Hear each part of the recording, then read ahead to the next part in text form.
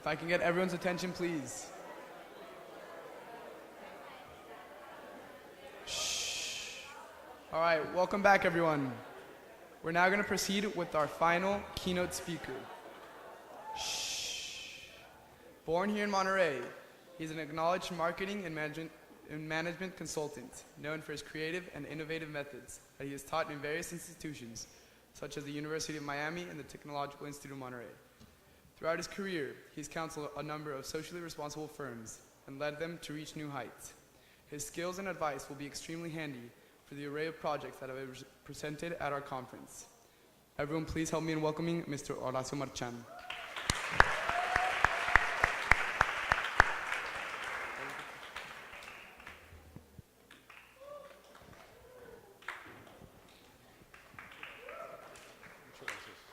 Gracias. Buenos días. Welcome to Monterey, those who come from other places. Sorry about the weather. We will work harder next time. If you stay longer, tomorrow will be sunny, okay? I am very grateful to be here. I will talk about a very well-known subject throughout the world now. It's called bottom of the pyramid. And I will give you some examples and hopefully inspire you to think in a different perspective around what can be done in this world to make it better, to make it more, to be more engaged, and to find some meaning in life, in what we do. This is Katie Crops, and for some reason she grew this big cabbage, for some very weird reason. And then when it was fully grown, she asked herself, what am I going to do with this cabbage? Good question. Entonces, Miguel, si eres tan amable de pasar el video, let's see a short video about Katie Crops.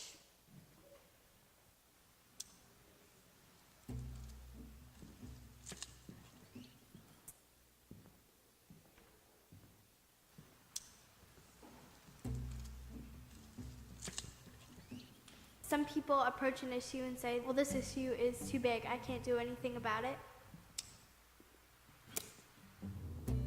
I know that by myself, I can't end hunger. But it doesn't matter how small your actions are, even if you don't realize it at the time, you're making a difference. This is Katie from Katie's Crops. You applied for a grant to start a vegetable garden at your school, and I am calling to congratulate you. I know that a lot of kids have other things that they like to do, but I think if they got to experience gardening more, they would find out how cool it is and how many people can be fed if you donate your produce.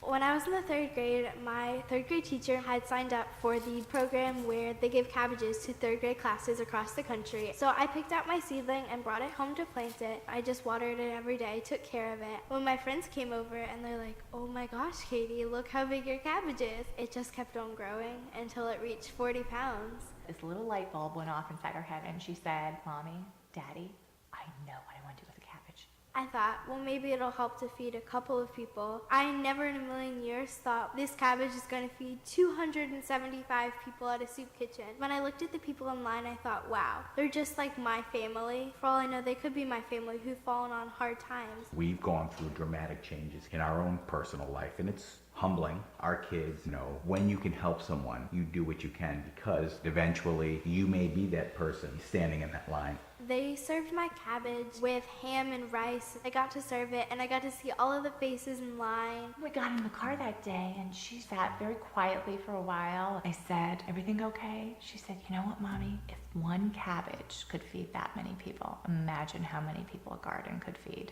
Right now, we are at the Pinewood Garden, which is my largest garden. The land that we're on belongs to the school, but they allow me to have a garden here and manage it. I had been donating to the only soup kitchen in the Somerville area, and then they shut down because of financial problems. I gathered all my friends up and I said, we are going to create fresh, healthy meals for people in need. They were like, yeah, this is going to be awesome. The head chef at my school said that he would help cook. That was the start of the Katie's Crops dinners. Thank you so much for coming out today. And I want to remind you that on Tuesday, May 1st, we're having another Katie's Crops dinner. Most times when you go to a soup kitchen, it's kind of like I have to sit by myself. I don't know anybody there. We like to talk to people and have them tell their stories. In the economic times as they are, the best thing we can do is try and help each other. And food is one way to do it. To me, it's a real blessing to see that there's children that's preparing this. I know some people might have a goal that when they were little they wanted to make world peace or they wanted to end hunger. When they see younger kids doing things for that issue, then they realize, wow, I can do something too. I can start to achieve one of my childhood goals. So many people empowered her by saying, I'm going to give you funding. She's like, it's my turn to pay it forward now. I believe in all these kids all over the country who want to do this. And then how many people those gardens are going to touch. It just continues to grow. She was like the magnet that attracted us. So we went, we met her. They said, we have over 40 acres. Would you like to start a garden there? She's had people contact her from across the country. What can we donate? What do you need? People you don't even realize how they're seeing it. How are they getting the information? We've picked up so many amazing team members that I couldn't do this without. It's grown so much and I foresee it growing so much more into the future.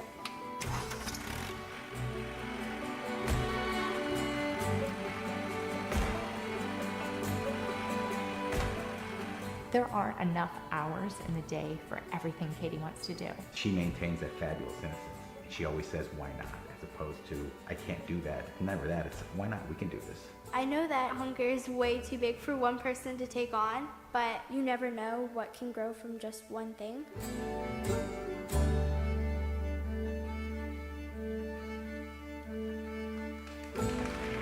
Bravo, Katie.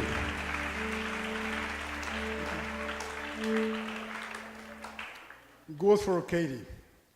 Nice, warm, fuzzy feeling, helping others, the helping high people get, the biological mandate to help each other, the psychologically and spiritually rewarding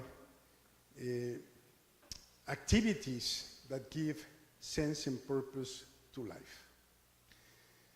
On the other hand, and at the other end of the spectrum, you have what makes the world go round. What makes the world go round? Money. Some people say sex. Some people say both. Okay. The most imperfect system of the world that works seems to be capitalism. What about capitalism? In contrast to this beautiful child who became a young adult helping others, we have capitalism. He looks like the devil, El Diablo. He has a Rolex watch, and he has 1 or 2 rings. And that seems to be the associative idea behind capitalism. This is a diagram. It says here are the working folk. We work for all, we feed all, and then here's the rich. We eat for you. What is it? We eat for you. We shoot at you. We fool you. We rule you. Capitalism. So it seems that both ideas seem like opposites. And it is easy to understand that idea, especially when you're young.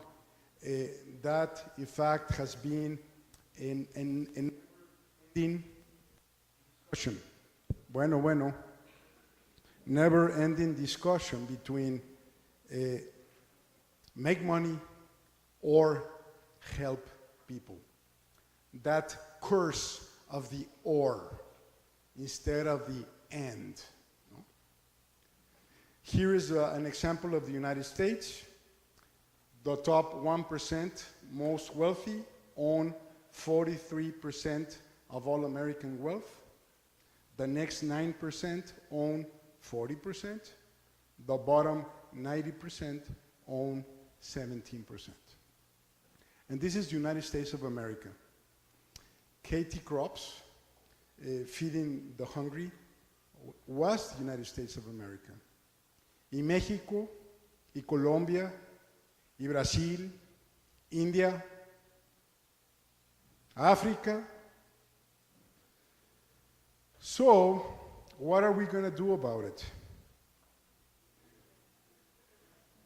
Mr. Burns.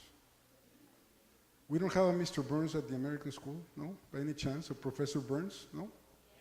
We do. Is he here now? Good, okay.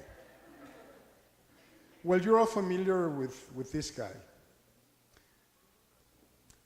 Look at his physical features when compared with Katie Kropp. Hunchbacked, bald, greedy, ugly teeth. And here are two opposing ideas. Family, religion, friendship. These are the three demons you must slay if you wish to succeed in business. My interests include music, science, justice, animal shapes, and feelings. Lisa, the only smart person in the Simpsons show, and Mr. Burns. Two ends of the same spectrum. But then came this guy, C.K. Prahalad. He wrote a book called The Fortune at the Bottom of the Pyramid. Let me tell you that Prahalad, I know of him. Unfortunately, he passed away. He's, of course, from India. And I knew him for his studies in strategy. My business is consulting. I consult businesses and corporations on strategy and marketing.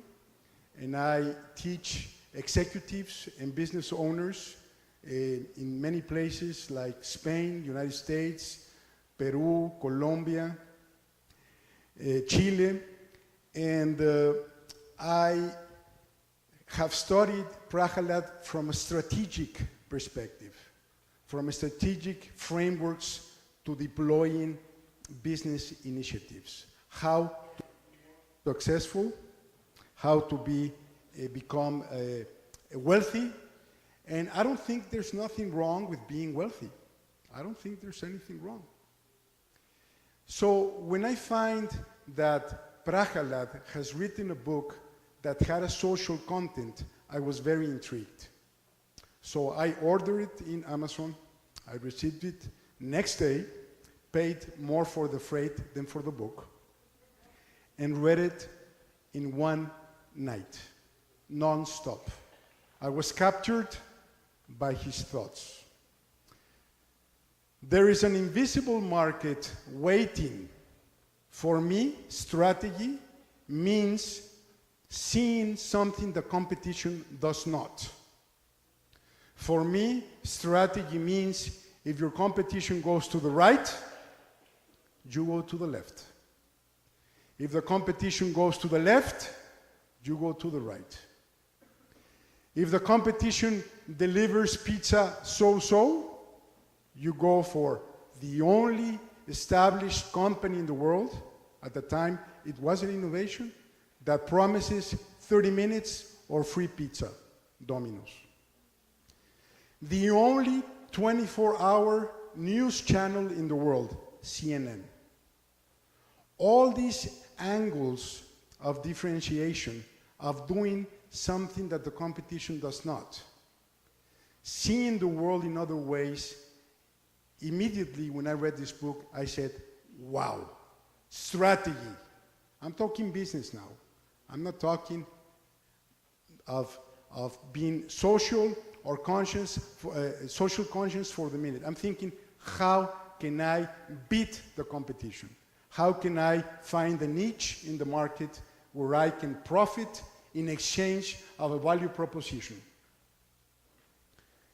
Oh my God, there's an invisible market. I'm more interested in learning about invisible markets. And look how invisible markets are going to grow in the future.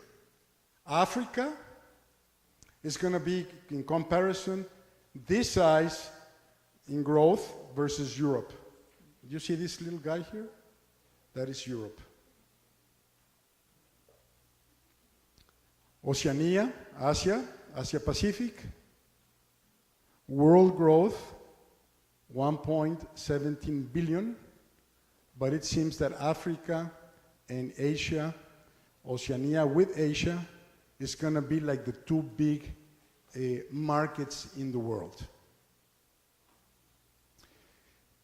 The stars are billion people, a billion people, okay?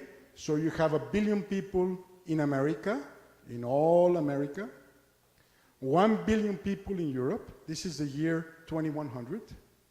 You have 1, 2, 3, 4, 5 billion in Asia, 4 billion in Africa. So it seems that the world is going to be African and Asian.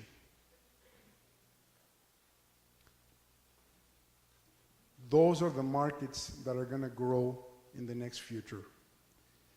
When I was about, I'm 55, I'm sorry, I'm old. When I was about 25, I thought that I should go to China. Mamá, papá, me voy a China. Why? Because China is going to grow. Something about this area, the Bermuda Triangle of microphones. I'm going to move over here. I'll stay away of that energy. Why China? Because it's going to grow, and it grew. I mean, it's not that I'm smart. I mean, everybody knew of the growth that China was going to experience. I now say, if I were your age, I should look into the markets in Africa, Asia, and of course, si somos latinoamericanos, we need to start at home.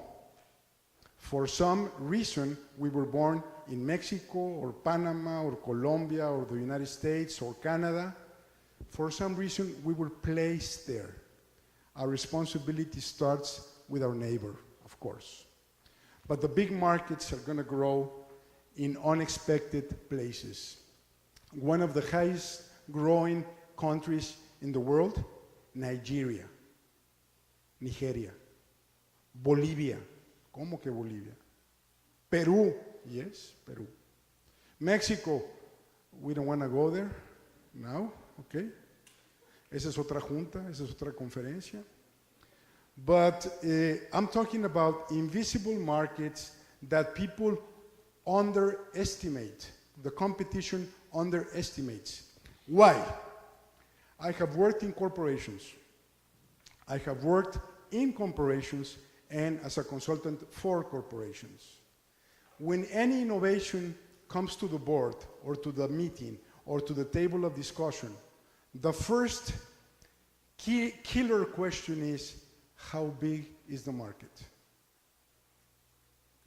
The second killer question is, how much of that market are you going to conquer?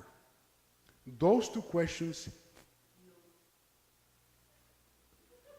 kill innovation. They are non-existent markets. For example, how big was the market for 24 hours news channel in the world before CNN? Zero. How big was the market for overnight delivery, Federal Express, before Federal Express? Zero. Gracias. Ya me había encariñado con él, pero bueno. Let's see if it's the Bermuda Triangle or the microphone. Bueno. Okay. So, markets, when they're really, really innovative, really new, are worth zero. Corporations are not the agents of social innovation. Corporations are too busy with quarterly profits. Corporations are big, fat, bureaucratic, and have no vision. There are notable exceptions. These tasks belong with entrepreneurs. These tasks belong with millennials. All generations have something, have an unconscious configuration of what they represent. I am sure that the millennials have heart. Something about the millennials. They have heart. Believe me, I've gone through many generations. I've been teaching for 35 years. Empecé a dar clases en el TEC a los 20 años. I know generations.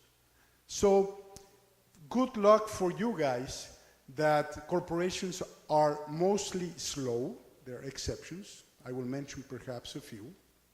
But this flanking, this entrepreneuring, this foresight lies within the young, within entrepreneurs. And this, you have approximately 6 billion people at the bottom of the pyramid making under $3,000 a year, per year. Hagan cuentas, $3,000 a year. I don't know how much your tuition costs. O un fin de semana en Cancún. But this is something that says, no, we forget about the bottom of the pyramid, we stick with the affluent, we stick with the middle income, and we ignore 6 billion people. An invisible market. Prahalat said, no. There is a fortune to be made there. And he's talking business. He's talking sustainable business. He's not talking charity. Nothing wrong with charity. But you have to be self-sufficient and deploy yourself in a virtuous cycle, in a plentiful cycle. Here is a nice phrase. The poor are not a problem. The poor are an opportunity. If we stop thinking of the poor as victims, victim thinking is popular in Mexico. We have inherited a victim mentality. Es tu culpa. El gobierno no me da. And this goes for all Latin America. The government doesn't support us. Screw government. Let's do it ourselves. Let's take action into our hands. Minorities rule the world. The history is made by minorities that are organized, active, and who are in a conference like this Saturday morning. Some of you are sleeping, okay. It's okay. But the big majority of you are fully awake, and that is a merit, just being here. You guys are different. Una minoría organizada mueve a una mayoría desorganizada. I've said it in English, but I wanted to say it in Spanish also, okay? And this is the story of Muhammad Yunus, Nobel Prize. There was a synchronicity in the world when Muhammad Yunus, this is his picture, no Photoshop,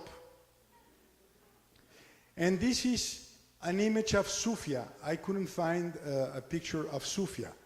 Her name is Sufia. This is a real person, but I'm sure Sufia looks as gorgeous as this woman here.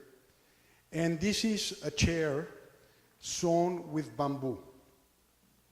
And this was a magical encounter that tilted the world in the perspective of what can be accomplished if one sets his mind or her mind on something from an original perspective.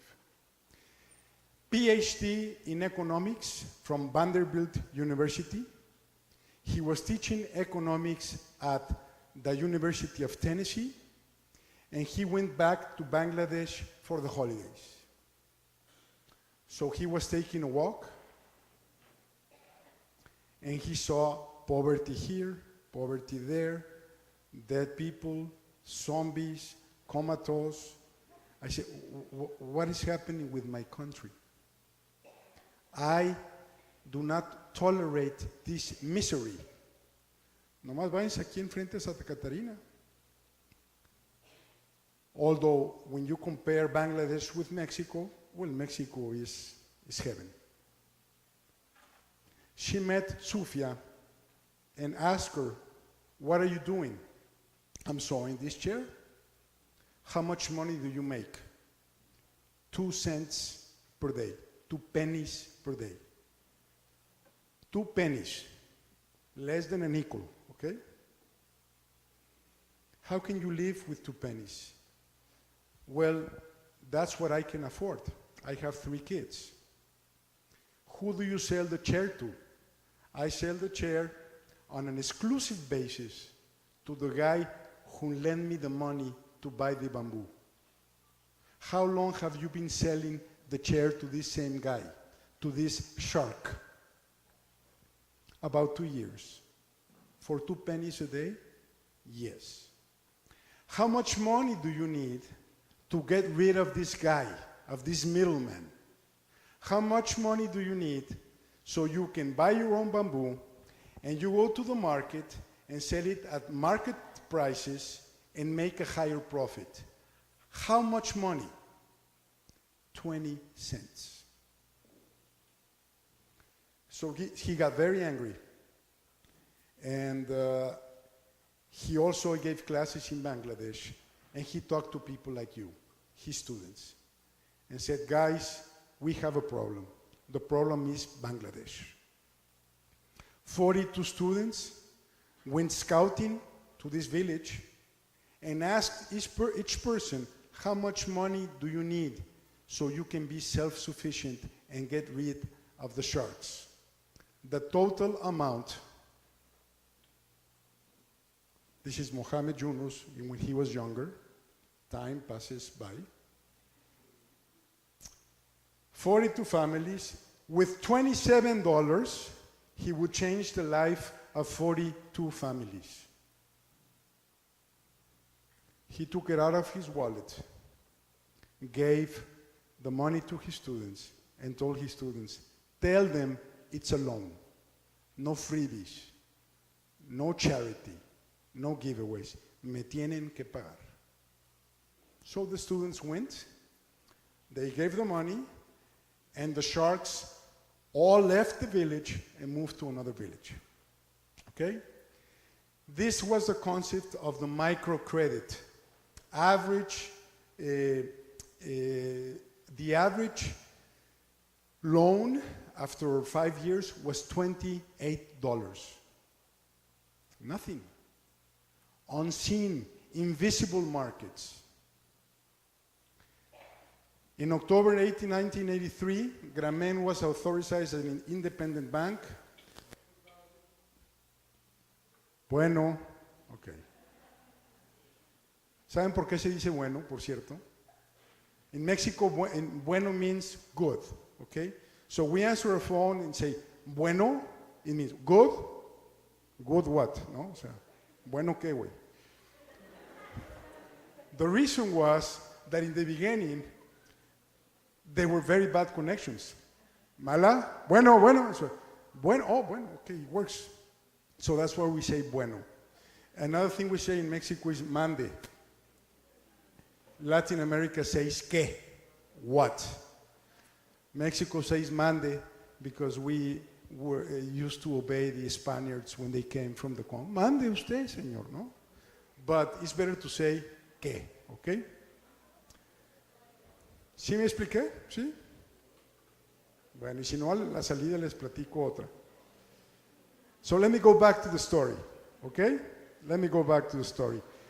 A number of you already woke up. That is also good.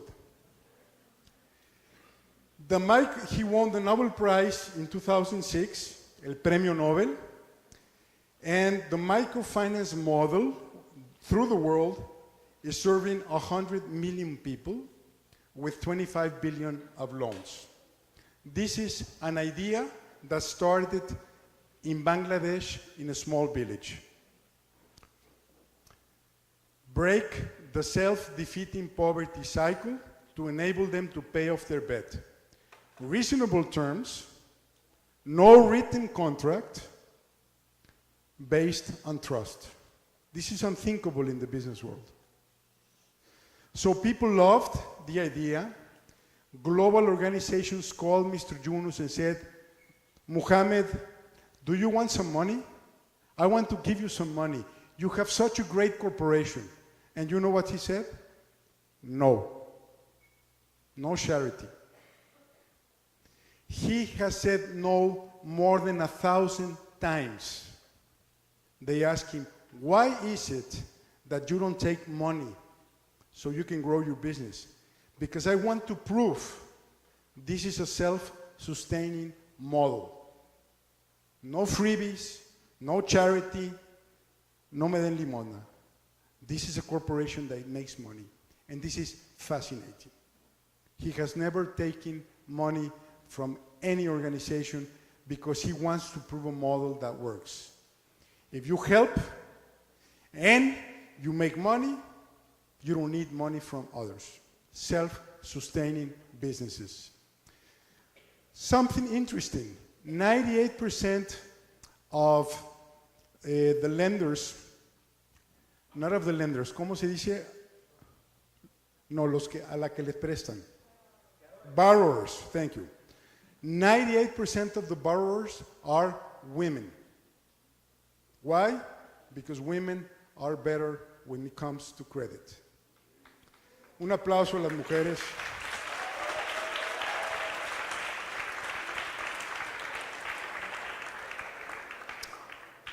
He found out when he gave the money to men, men went to the cantina with the muchachos. Women preserve the family unit.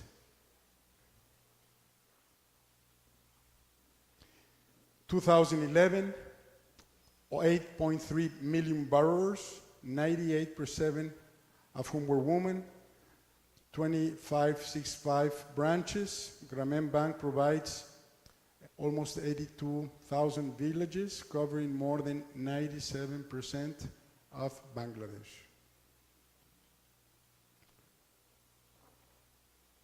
She can now go to the dentist. She can now go to the dentist.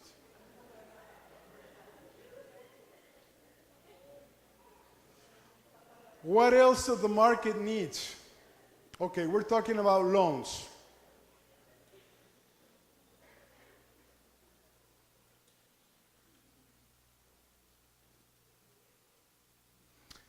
And I said the joke about the dentist for some reason.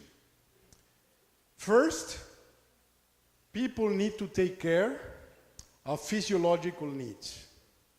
Eating, health, a roof, warmth in winter, rest. Once you have this solved, this is Maslow, this is Abraham Maslow, hierarchy of needs.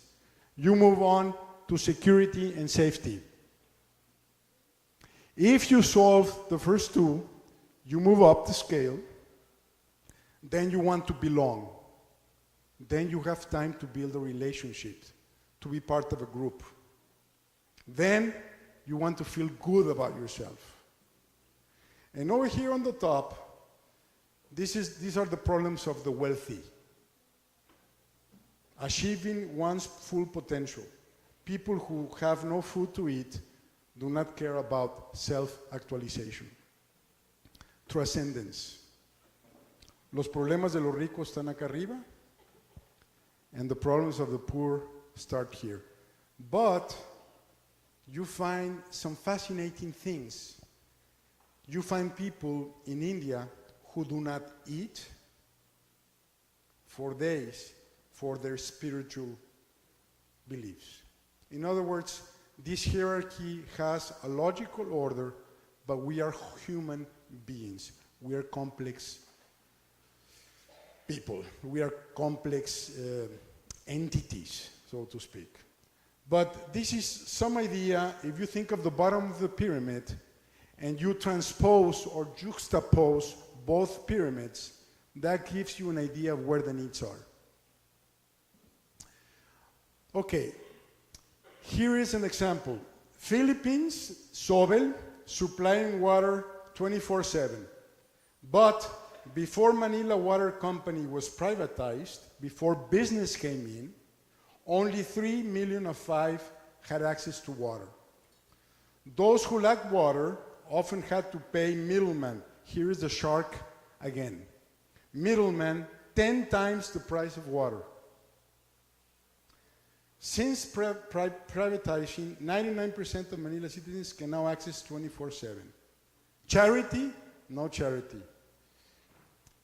No firing, 97% of the employees are the same. Produces 15 to 20% operating margins, resulting in profits of 50 million per year. Market capitalization from 2 billion to 132 billion Philippine pesos. There's no opposition. We need to be sustainable first. I cannot give if I'm dead. I cannot share if I'm dead. I cannot share if I live in misery. So we need to think wealth. We need to think growth. We need to think success. We need to think profits. China. Almost 1 billion residents living in rural areas. It's changing, of course. So China Mobile said, let's make entrepreneurs out of these guys so we can give phones to everybody. Low prices. One person per village operates China Mobile store in each village. They made entrepreneurs, como los Oxxos. You know Oxxo? For those that are not familiar with the convenience store called Oxxo, there are 14,000 stores. They build 2 stores per day. 2 stores per day. They now have store in the United States, in Texas. They have in Colombia, and they're one of the fastest growing companies in the world, Oxxo. If you go down the street, you will find an Oxxo. And you will find an Oxxo everywhere. They have not made known to the public that most of their stores are operated by families. Families operate the stores and they share the profits with the people. So Oxxo is another example that they have not well publicized. In my opinion, it's an opportunity for PR. But how can we make entrepreneurs of rural Chinese? Compartamos in Mexico. Anybody has heard of Compartamos? Okay, poquitos. This is a Yunus, Muhammad Yunus Mexicano. But there is a problem. Interest rates are very high. Why? Anybody can tell me why are interest rates high? ¿Alguien? Guess? It starts with a C because of capitalism. No, and then an O, C-O. Corruption, of course, but it is not really the answer. ¿Cuál fue? No, it's an M-C-O-M.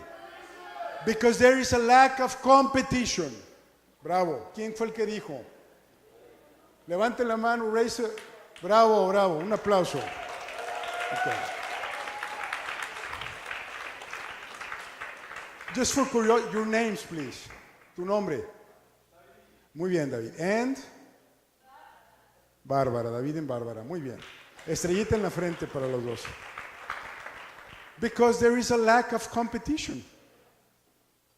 Interest rates about 7 years ago, I know this for a fact, were about 140% a year. 140% a year. Have gone down from 140% a year to about 45% a year. Still too much. But where more competition comes in, the market sets everything in its place, and hopefully we're looking for more social entrepreneurs to deal with the microcreditos, micro loans. It's a publicly traded company, 1 million customers, 300 offices, 50% profit growth, of course, con esas tasas, and return on equity share for the past decade. Yes, it has social value, economic value, human value. Are they sleazy, foxy, sharky guys because they charge a lot of interest rate? So we went to ask the consumers, what do you think of Compartamos? Yes, they have a lot of, they have high interest rates, but if not for them, I wouldn't have my kids in school. If not for them, I wouldn't have a television. So as long as I pay a little per month, I don't care if I pay 40 or 50% more its value. La gente está agradecida.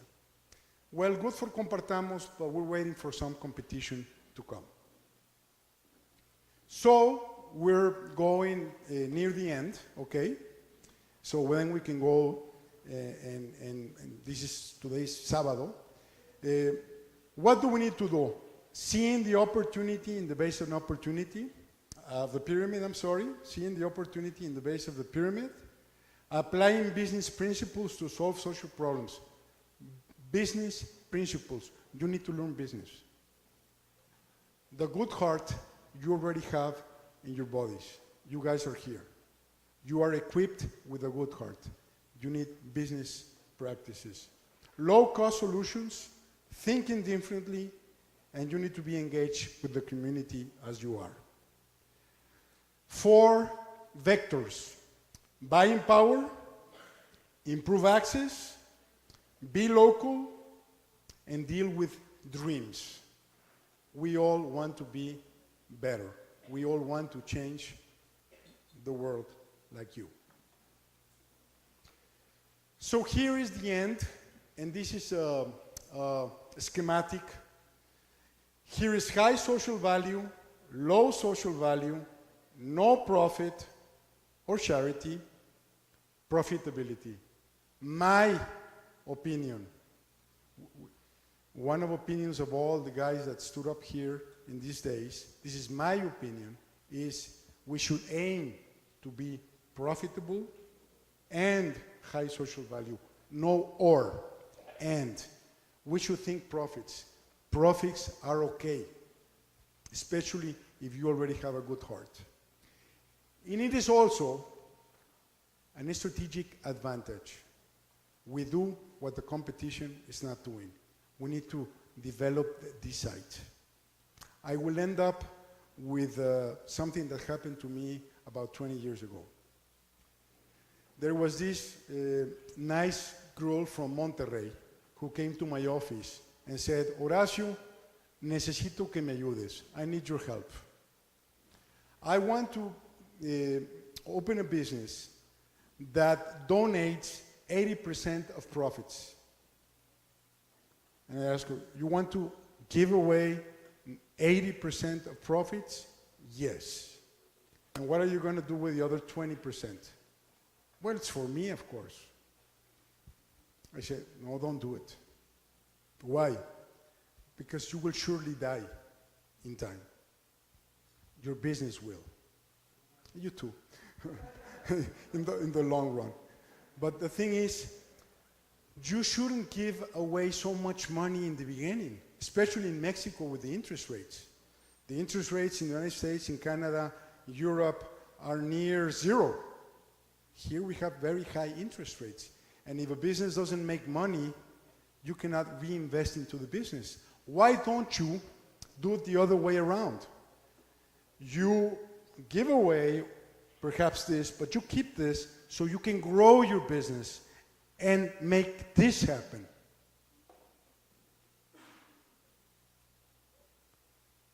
This percent is bigger than the whole business. Let's grow your business this way. Let's think profits. Gracias.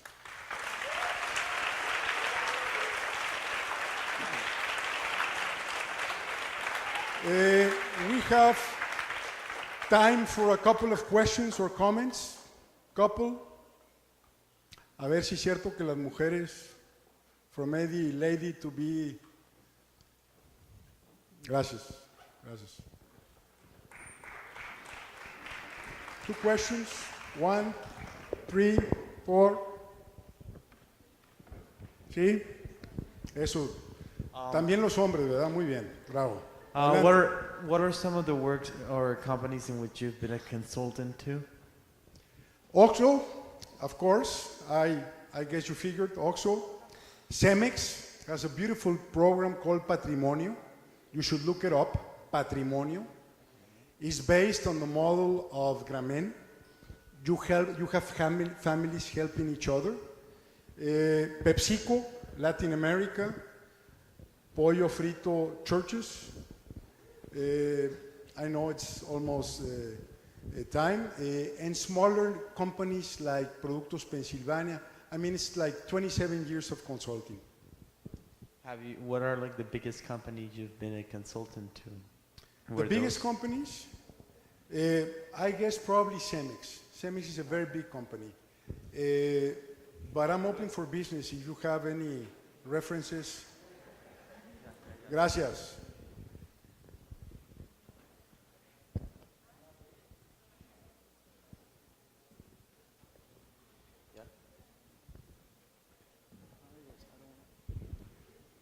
Mr. Marchand, I don't want to intrude or anything, but apparently time has run out, so there's no more time for questions. Bueno, good lunch. Thank you. Thank you, Mr. No, Marchand. everyone.